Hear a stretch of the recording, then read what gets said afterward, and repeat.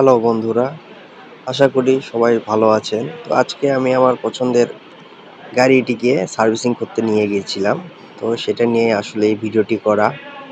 তো আমার গাড়ির সমস্যা ছিল, গাড়ির চেনটা শব্দ করতেছিল এবং গাড়িটি অনেক দিন ধরে সার্ভিসের প্রয়োজনও ছিল, যার কারণে আজকে আমি নিয়ে গেলাম। তো দেখুন, আমার গাড়িটিকে তারা পুরোটি খুলে ভালোভাবে ক্লিন এবং ওয়াশ করে দিয়েছিল। তো তারা মূলত অকটেন বা পেট্রোল এই জাতীয় এক তেল দিয়ে তারা ভেতরে ইন্টারনাল ক্লিনিং করতেছিল। তো আমার গাড়ির চেন পরিবর্তন করা হয়ে গিয়েছে, যেটি আমি আসলে ভিডিও করতে পারি নাই। তো তারপর তারা এগুলা ক্লিনিং করতেছে। তো আমার গাড়ির চেন পরিবর্তন করা হয়েছে এবং সামনের হাইড্রোলিক যে ডিস্ক ব্রেকের ব্রেক শো এইটা চেঞ্জ করা হয়েছে। এয়ার ফিল্টার, স্পার্কিং প্লাগ এগুলা সব তারা খুলে চেক করে বলছে আমাকে যে ভাই আপনার এগুলো চেঞ্জ করতে হবে। তো পরে কি আর করা, গাড়িকে ঠিক মতো চালাইতে গেলে, ভালো রাখতে গেলে অবশ্যই এগুলো চেঞ্জ করা প্রয়োজন। তাই আমি এগুলো চেঞ্জ করলাম এবং আমার গাড়ির দেখেন ব্যাটারি সেকশনে ব্যাটারিটা নাই। আসলে আমি আমার হেডলাইটের বাল্ব পরিবর্তন করার কারণে ব্যাটারিও ডাউন খেয়েছিল।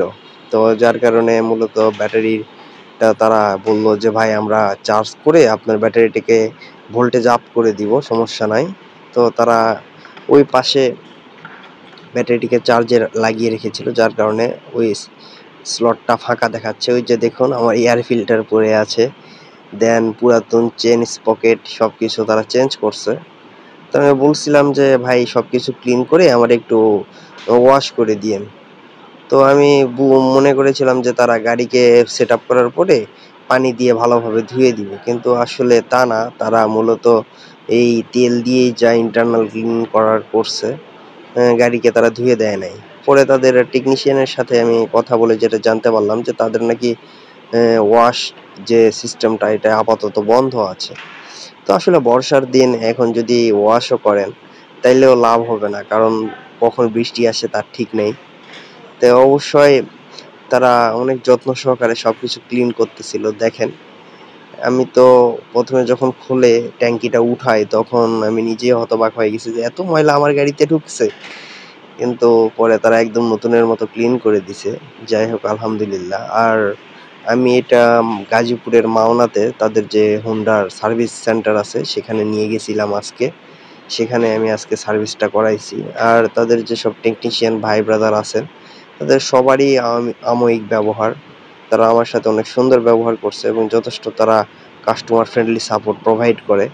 তো আপনারা যদি এই আশেপাশে কেউ ভিডিওটি দেখে থাকেন তাহলে অবশ্যই আপনারা হুন্ডার সার্ভিস সেন্টার যেটা মাওনাতে আছে সেখানে যাবেন। আশা করি তারা আপনাদেরকে অনেক একটা ভালো সার্ভিস দিবে এবং তারা যেটা আপনার গাড়ির প্রয়োজন সেটাই অল টাইম আপনাকে বলবে যে আপনার গাড়ির এইটার সমস্যা, এইটা পরিবর্তন করতে হবে।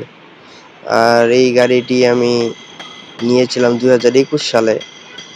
তো অবশ্যই আমার গাড়ির কন্ডিশন অনেক ভালো এবং আমি গাড়িটাকে অনেক যত্ন করি, যার কারণে বলতে পারেন অনেকটি নতুনের মতোই আছে।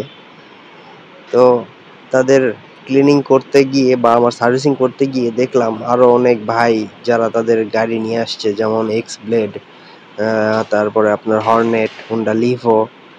তো হুন্ডা লিভোর একটা ভিডিও দেখলাম, একটা কাজ দেখলাম যেখানে তার ইঞ্জিনের একটা বিয়ারিং ড্যামেজ ছিল, যেটার কাজ করতেছিল। ইনশাল্লাহ আমি সেই ভিডিওটাও আপনাদেরকে পরবর্তীতে আপলোড করব, আপনারা দেখে নিন।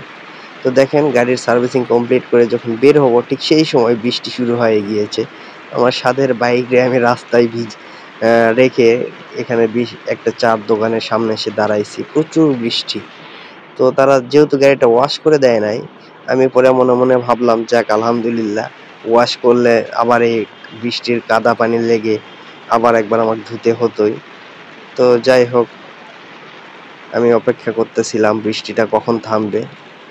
তো বর্ষাকালে অবশ্যই বৃষ্টিটা হওয়া স্বাভাবিক এবং আমি কিছুক্ষণ দেরি করার পরেই আধা ঘন্টার মতো বৃষ্টি হয়েছিল। তো এখানে কি আর করা, আধা ঘন্টা অপেক্ষা করে যখন বৃষ্টিটি বন্ধ হয় তখন আমি চলে এসেছি। তো ধন্যবাদ সবাইকে আমার ভিডিওটি দেখার জন্য। আসসালামু আলাইকুম।